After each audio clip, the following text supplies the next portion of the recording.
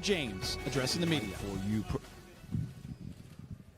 What was the offseason like for you personally? Because it had been a long time since you had missed the playoffs. And I remember hearing someone like Chris Bosh say, one of your former teammates say, when you come back this year, you will come back with a vengeance. It was a great summer for me.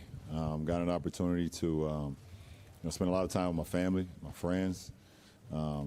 Shot a movie, Space Jam, that I'm truly excited about and will be great. And also got an opportunity to put in a lot of work on my game. And take care of my body, be able to refresh my body, reset my body. So it was a great summer for me. It was long, something I haven't been accustomed to over the previous years. But you take each day, and I enjoyed each day that I had. LeBron, I think the longest summer since 2005, and you had been in a rhythm probably going to the finals and getting ready for a certain date. How does that impact your training in the offseason, and how do you feel physically just with that switch and how long it's been? I don't think it impacted my training at all, because I train all year round pretty much. Obviously, I take a little bit of time after the season from basketball, just because we do so much pounding and bumping and grinding on the hardwood over there. But as far as training, I train all year round. So in that instance, it didn't change much. Obviously, I ramped it up a lot more over the last couple months.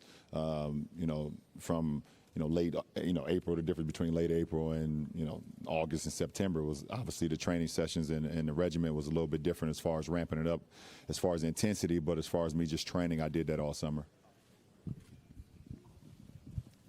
LeBron, we've been kind of talking about this, but you've never really quite had a summer like this, given everything that happened where you are in your career, and as long as you were off. I mean, you had to sit and watch a playoffs and a finals. You haven't played basketball since, I think, April. Mentally, where are you? How did you come through this? Was it a clarifying moment? And did it refocus you? Just where are you in that regard? You made it sound so bad, like sitting and watching basketball is such a bad thing. I actually enjoyed it. I think you guys seen some of my Instagram posts when I was actually showing you guys me watching the playoffs. I didn't miss one game, by the way, throughout the whole postseason, not one. I watched every single last one of them. Even when I was on vacation, I watched them.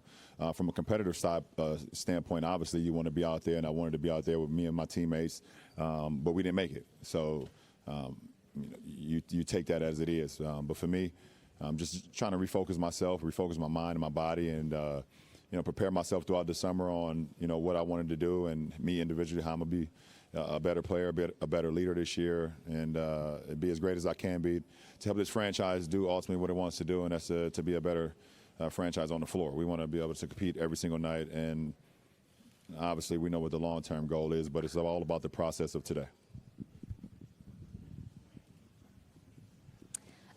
I was just wondering, it was such a long process for this team to finally acquire Anthony Davis. When that happened, what were you doing, and how exciting was it for you that it was finally done? What was I doing? I do not remember exactly what I was doing, but I can tell you that I was ecstatic, very excited. I mean, I know the caliber of player AD is. Not only from a basketball standpoint, but also from a leadership standpoint and what he can bring to any franchise. And, when Rob and everyone in the upstairs, did what they had to do to acquire a talent and a person as AD, I was, obviously truly excited. You guys probably seen how much time we spent together in the summertime. So, obviously that spoke for itself. But it's exciting to have such a beautiful young mind. A beautiful player, but also a great leader as well, and I don't think he gets a lot of credit for that, being a leader that he is as well. So I think it's a great opportunity for this franchise to have such just an all-around, all-around person. I think the basketball will speak for itself, but just an all-around great person. LeBron, what has been your approach for the way you think your team should start a season, and what will it be this year, especially in the West being so tough? I think our approach is how we approach every day. We have to try to maximize each and every day, and it starts with, tomorrow. Our first day of practice, first day of training camp, on how we get better. It's going to be a process for us. We ultimately know what our goal wants to become, but you can't shortcut the process. And if we come in every day, learn from our coaching staff, learn from each other, get to know one another. We have a new team. We have a few returning guys, but we have a lot of guys that wasn't part of the team last year. So, chemistry and camaraderie and togetherness and how we can become how fast we can become a team by not shortcutting the process is what it's going to be all about. LeBron, to your left. AD told me that you spoke to Lakers management and everybody about how you think it's important to kind of go through him. Two questions. Have you ever done that before for another player, and why do you think it's important for you to do that now? Yes, I have, actually. First couple years in Cleveland, when I returned for the second time, I wanted the offense to go through Kyrie. I just seen the talent, the level of talent that he had, and I wanted him to be able to run the show, be able to put us in position, having the basketball skills that Kyrie had. And, if you can go back through some of my transcripts, I was talking like I believe that, someday he could, potentially be an MVP in our league. I just seen how talented he was. And so, yes, I've done that before. And in order for us, we don't know exactly what our offensive things that we're going to do, defensively we're going to do. We haven't got started yet. Like I said, we got a brand new coaching staff. We have brand new players coming into a new system. But we all know how great Anthony Davis is. And if we're not playing through Anthony Davis while he's on the floor, then it makes no sense to have him on the floor because he's that great.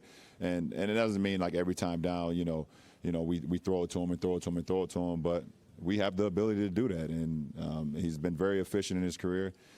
He commands double teams. And when you're able to attract two, defenders on one guy, then you have the numbers game. Now you got a 4-on-3 on the backside. So it opens up for other guys on the floor, including myself. LeBron, over to your right back here. You talked to a lot of people around the league this summer, and there's excitement because there's no clear-cut favorite for the first time in a long time. Can you recall a time in your career where it felt like this going into the year, and how do you view, the competitors, the contenders around the league? I'm not sure, Dave. I don't know how to kind of say how I feel or how I've seen. I don't know. For me, I think it's great what the league has been able to do year after year after year. We continue to be the greatest sport in the world, and we put out the best product on the floor every night to be competitive and play to not only our abilities but also showcase talent that our fans love, play with a lot of passion. So in that aspect, I think it's great. I think our league is in a great position right now. Adam Silver has done an unbelievable job. And every team has tried to, just continue to get better and better and better to help the league out. Ultimately, as far as me and as far as how I feel, my only goal is how I can prepare myself every day to help this team be as great as we can be and not shortcut the process. That's always been my goal every single year, and how AD and myself can lead these guys and put them in position to be successful every night. Not only from a game aspect, but from a practice aspect as well, will ultimately be, what we want to accomplish. LeBron, both the Lakers and Clippers made moves to become title contenders this summer, and people here are really excited. What do you think LA is going to be like between the Lakers and Clippers? And you guys were one of the teams that were in on Kawhi. What was your reaction? What was your reaction when Kawhi and Paul George went to the Clippers? Well, I think it's it's great for everyone talking about the big winners of the summertime. Is it the Nets? Is it the Clippers? Is it the Lakers? It's actually Staples Center. Staples Center is the biggest winner of the summer. If you're a fan of the game of basketball, you get an opportunity to see the Clippers one night, and then you get an opportunity to see the Lakers. Then you got great shows and great performers and artists and everybody will come through Staples Center all throughout the year. Staples Center is a place to be. Maybe even Sierra Canyon can go there and play a game. Just throwing that out there. They have some freshman on their team that's doing okay for himself as well. But no, seriously, I think it's just great. The city of Los Angeles should be very proud of what's going on, not only with the Lakers and the Clippers, but also with the Rams and the Dodgers and the Kings and USC and UCLA and so on and so on. If I missed you, I apologize. But it's a great time to be a sports fan in the city. LeBron, do you take any right here? Sorry, Do you take any extra motivation after all that the team went through last year, and do you still feel like you have something to prove or show to the LA Laker fans? I'm very motivated, but I'm right now not in talking about it mode. I've been very quiet this summer for a reason, and my mother always taught me, don't talk about it, be about it. Man, so that's where I'm at. I think as a team and myself, we need to get the Lakers back to what they've been accustomed to over years. So I'm excited about that. LeBron, you talk about the relationship with AD, and it seems like there's a pretty deep bond there. But you know he's a free agent at the end of this year. Does that pending decision, has that influenced the way you are thinking about that relationship and going into this season to make sure that he wants to stay here long term? No, of course not. For me, if you know me, there's a couple people that know me. I'm a guy who lives right now. I live in the present, and you know what's happened in the past is nothing you can do about that, and you have no idea what the future holds. You know, so you know if you start to think about the future, then you will miss out on a great opportunity that might be right in front of your face, and I think that's even more selfish. So for me, having AD here right now and having this ball club here, we're not even going to address that throughout the season. I bet AD will talk about it. But our goal is to get better every day. You know, Coach Vogel and the coaching staff is going to put us in the best possible chance for us to win every night, and that's what it's all about. Hi, LeBron. Yeah. Are you planning on play for the Team USA next season, next year? Say it again? Are you planning on play for the Team USA Oh, next for Team year? USA? Yeah. I don't know. I would love to. You know, I want to stay healthy as well. That's most important. You know, I was not happy about, you know, how we did this summer. I think we're all a brotherhood, and I know the guys that was there, they played, you know, extremely hard. They played extremely well together. They just fell a little bit shorter than what our expectations are, and I applaud those guys. I didn't say anything, obviously, while they were playing, but I applaud every one individual that was on that team this summer, including the coaching staff and everybody. But it's not what we're accustomed to. So you know, see how I can do throughout this season, and you know, and I will you know, address that at some point. You know, hopefully have an opportunity to have a conversation with Coach Pop and see what his direction is. You know, going forward with Team USA, but I will always bleed red, white, and blue. That's for sure. LeBron, to your right, Rob has talked about a lot how he conferenced with you and AD while the roster was being built. What was that process like, and how has that affected your relationship or closened your relationship with Rob? I think it's not about what, you know. First of all, I think, you know, Rob and Kurt and Linda and Jeannie and everybody in the upstairs did a hell of a job this summer. You know, from acquiring AD, you know, to acquiring everyone that is a part of this team, to bringing back the guys that were free agents last year, bringing them back to the roster.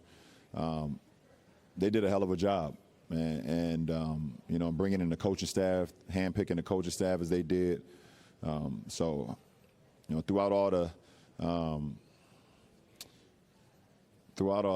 word that I want to use is not for throughout all the bull that was narrated for our franchise, and narrated and going towards Rob and the beautiful people that we have upstairs. They just kept their blinders on and just focus on what they had to do to help this franchise be as competitive as they can be. And they did exactly that, and also even exceeded that. So you know, I think they did a hell of a job, and you know, I'm happy to be a Laker. Appreciate it.